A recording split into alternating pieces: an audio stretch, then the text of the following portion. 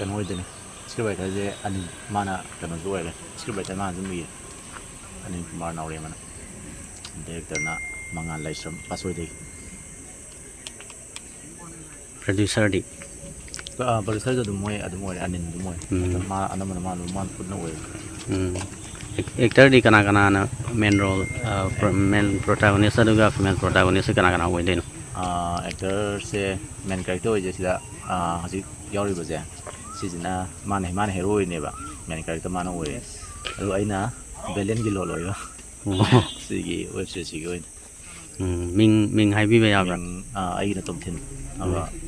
hero hoy disna ma web series ne ba ko web series gi maming je R.K Ongbi Sija R.K Ongbi Sija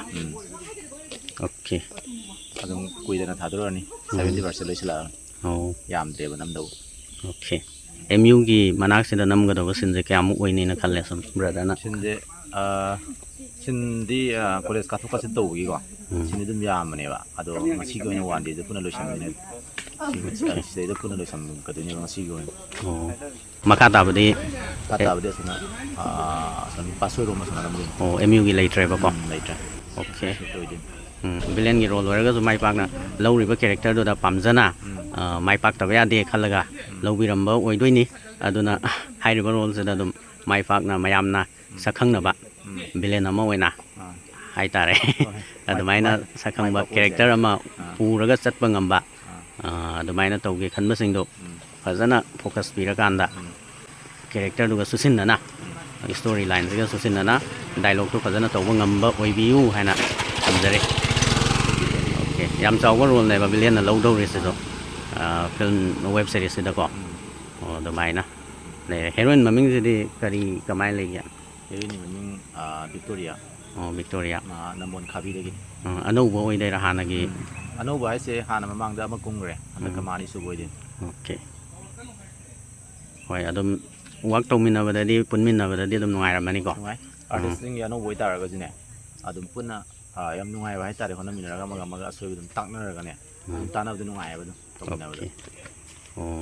brother so handa kisiga kaya rak su bo ide no sina han bo ide handa kisiga website ko ni manga su bo ide ado han low gi role sing do ado da villain gi character si loina dum low ra ado hero gi su low ra kamai do keno atane ahama da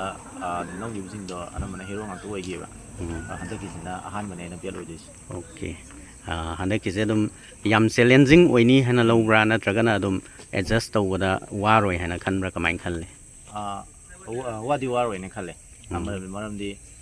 si jo anobudi oi dine ba igi di aham oi dine ba sigi acting gi bet ki balance gi pot la ka duje dum toro ko dem nungai ba dum isada free way ba sine yam chin wai be hen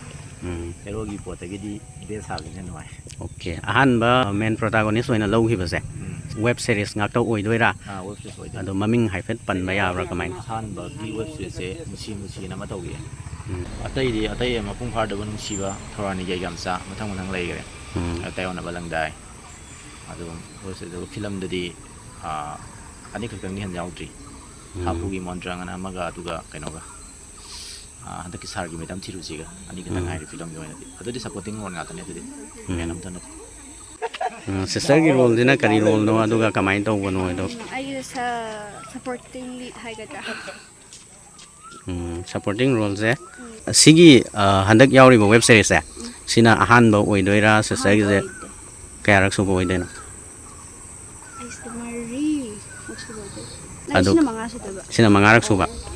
ahan badagina mari rak su ba baw dugi ama haibio ne kari kari karam role lo ba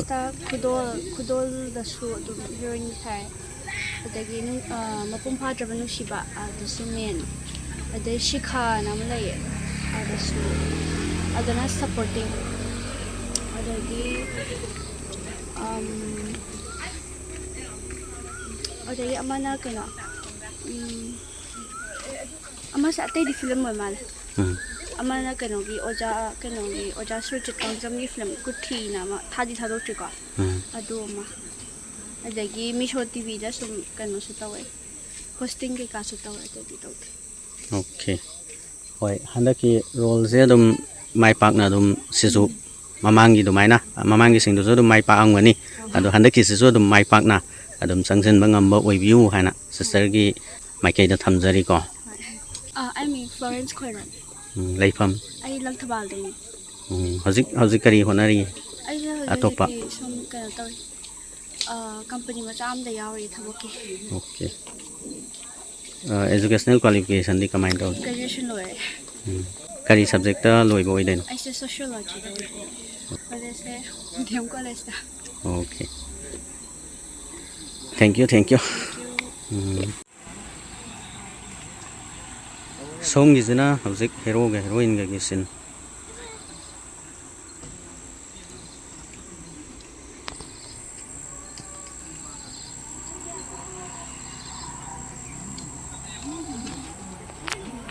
ये सब याद रहे